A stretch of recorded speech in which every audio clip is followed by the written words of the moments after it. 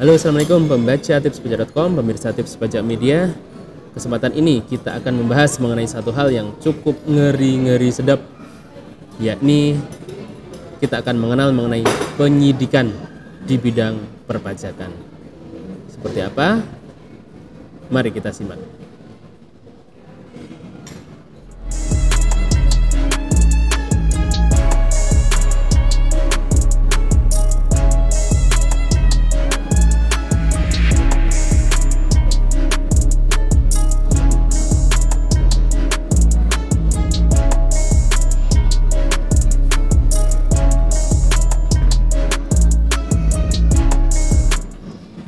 Ya, pembaca, kesempatan ini kita akan mengenal mengenai penyidikan di bidang perpajakan ya. Kita akan mengenali seperti kita ketahui akhir-akhir ini cukup marak beredar di media massa ya, media massa baik cetak maupun elektronik bahwa Direktorat Jenderal Pajak ini cukup mulai lebih sering, mulai gencar dalam melakukan tindakan pidana terhadap wajib pajak ya. Nah, seperti apa? Yuk kita kenalan ya. Kita kenalan dulu, kenalan dengan istilah-istilah di ketentuan-ketentuan umum di penyidikan perpajakan.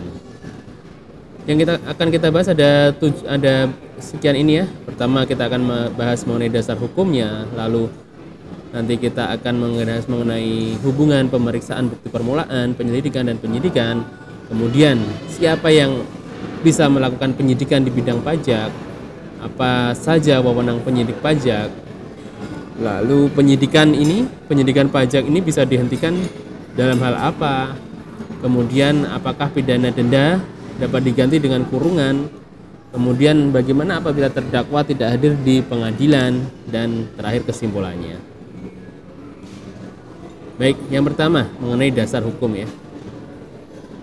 Dasar hukum di bidang penyidikan ini diatur dalam Undang-Undang KUP ya. Undang-Undang KUP nama resminya adalah Undang-Undang Nomor 6 Tahun 1983 sebagaimana telah diubah terakhir dengan Undang-Undang Nomor 7 Tahun 2021. Nah, pasal 1 ayat 31 KUP disebutkan bahwa penyidikan tindak pidana di bidang perpajakan adalah serangkaian tindakan yang dilakukan oleh penyidik untuk mencari serta mengumpulkan bukti yang dengan bukti itu membuat terang tindak pidana di bidang perpajakan yang terjadi serta menemukan tersangkanya.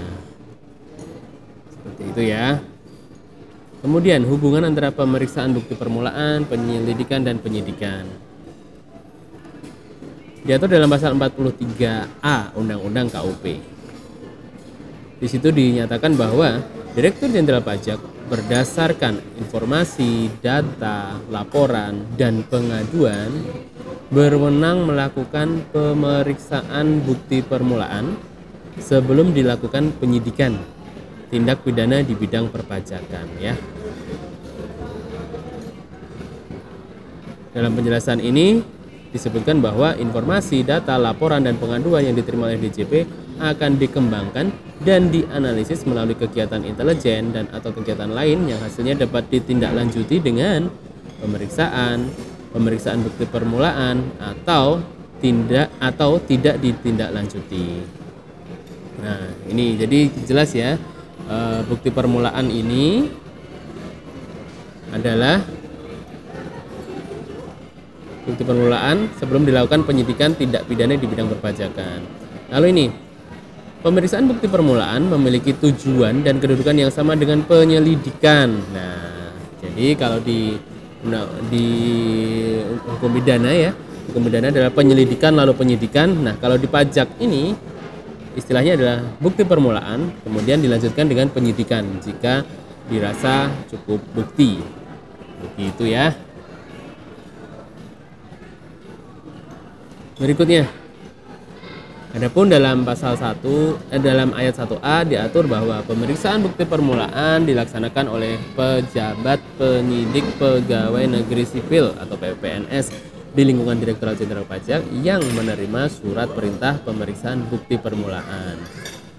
Kemudian dalam hal terdapat indikasi tindak pidana di bidang perpajakan yang menyangkut petugas DJP, Menteri Keuangan dapat menugasi unit pemeriksa internal di lingkungan Kementerian Keuangan untuk melakukan pemeriksaan bukti permulaan. Lalu berikutnya, siapa yang bisa melakukan penyidikan? Nah, jadi penyidikan pajak dilakukan oleh, di sini ya, ini adalah bunyi dari pasal 44 UU KUP. Penyidikan tindak pidana di bidang perpajakan hanya dapat dilakukan oleh pejabat pegawai negeri sipil tertentu di lingkungan DJP yang diberi wewenang khusus sebagai penyidik tindak pidana di bidang perpajakan.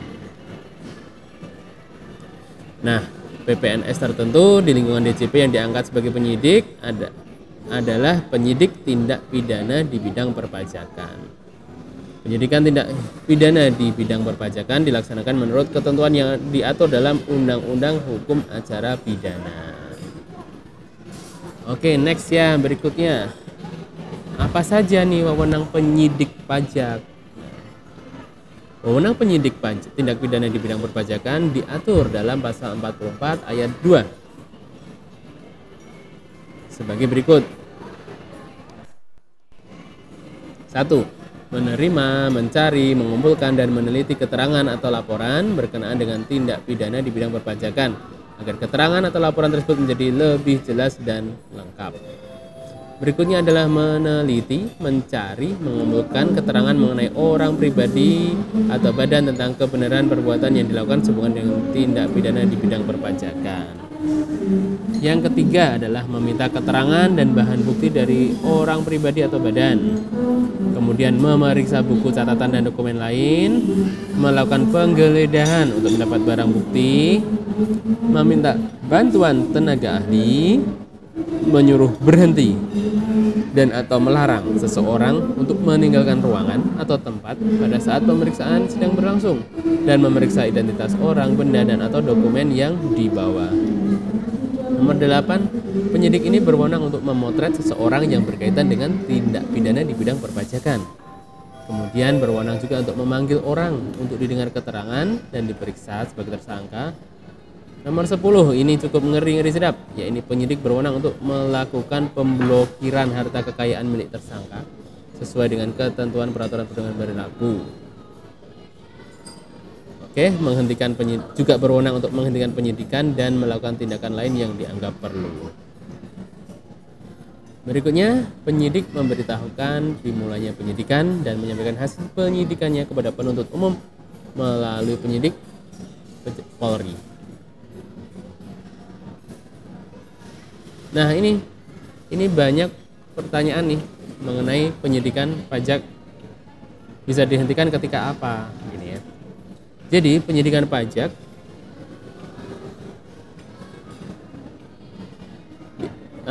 penghentian ini diatur dalam pasal 44A ya. Penyidik pajak menghentikan penyidikan dalam hal 1. Wajib pajak melakukan pengungkapan ketidakbenaran perbuatan. Nah, ini ya, sebagaimana diatur dalam pasal 8 ayat 3. Kemudian berikutnya, penyidik bisa menghentikan penyidikan jika tidak terdapat cukup bukti dan peristiwa tersebut bukan merupakan tindak pidana di bidang perpajakan atau demi hukum.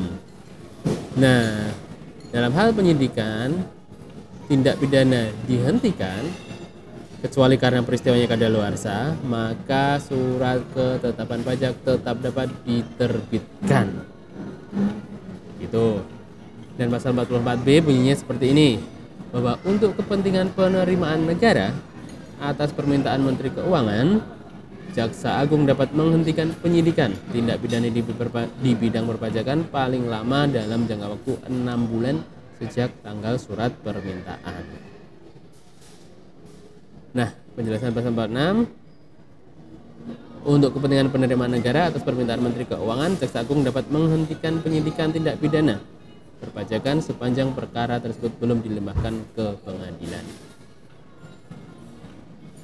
Namun, perlu dicatat ya, syarat untuk berhenti ini, penyidikan ini bisa berhenti hanya setelah wajib pajak atau tersangka melunasi atau membayar ya.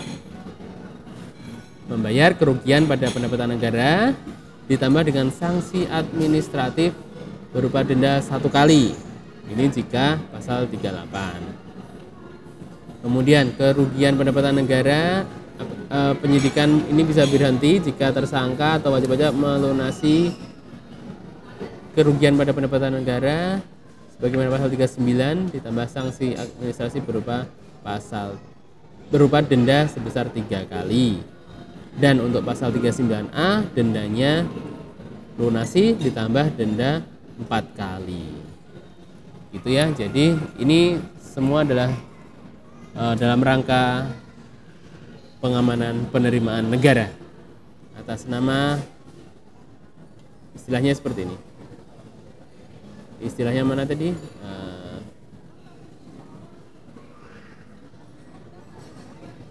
Untuk kepentingan penerimaan negara ya. Sekali lagi penyidikan bisa berhenti, dilihat case-nya dulu. Jika pasal 38 ini kealpaan ya, denda 1 kali. Kemudian jika sengaja ini denda 3 kali. Dan yang hubungannya sama restitusi sama pengkreditan adalah denda 4 kali.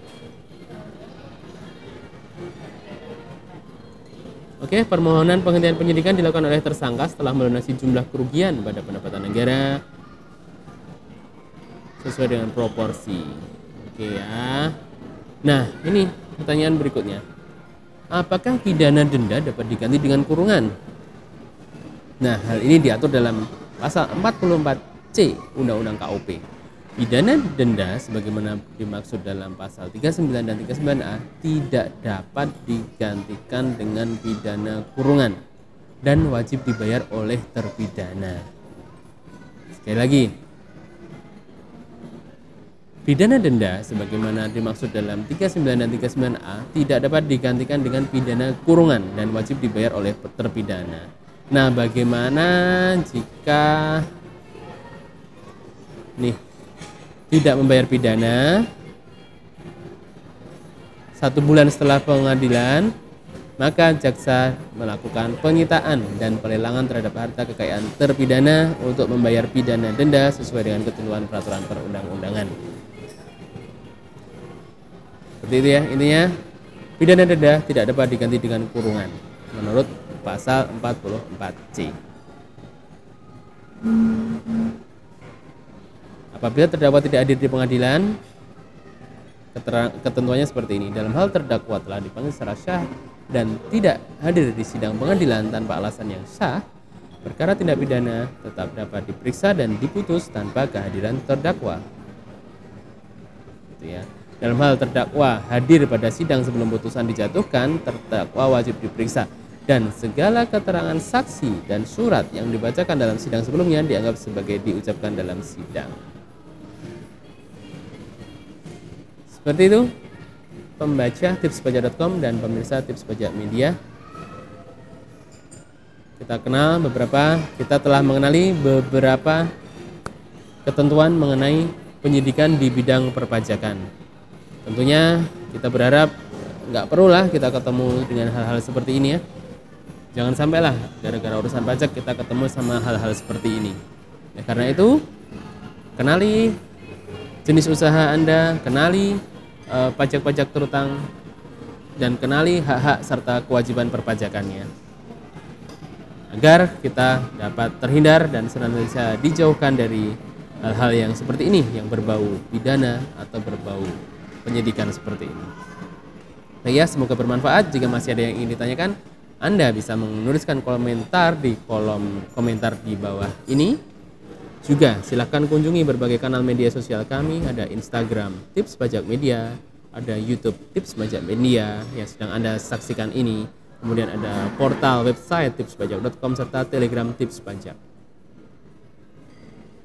Silahkan untuk berkomunikasi melalui beberapa kanal yang Anda merasa lebih nyaman. Insya Allah semua pertanyaan akan dijawab. Mungkin waktunya saja yang tidak bisa cepat, karena itu sangat tergantung pada kegiatan kami. Baik, seperti itu. Sampai jumpa kembali di video-video berikutnya. Jika Anda ingin request juga silahkan dituliskan di kolom komentar di bawah. Request apa silahkan untuk dituliskan. Sampai jumpa. Assalamualaikum warahmatullahi wabarakatuh. Salam sehat selalu untuk kita semua.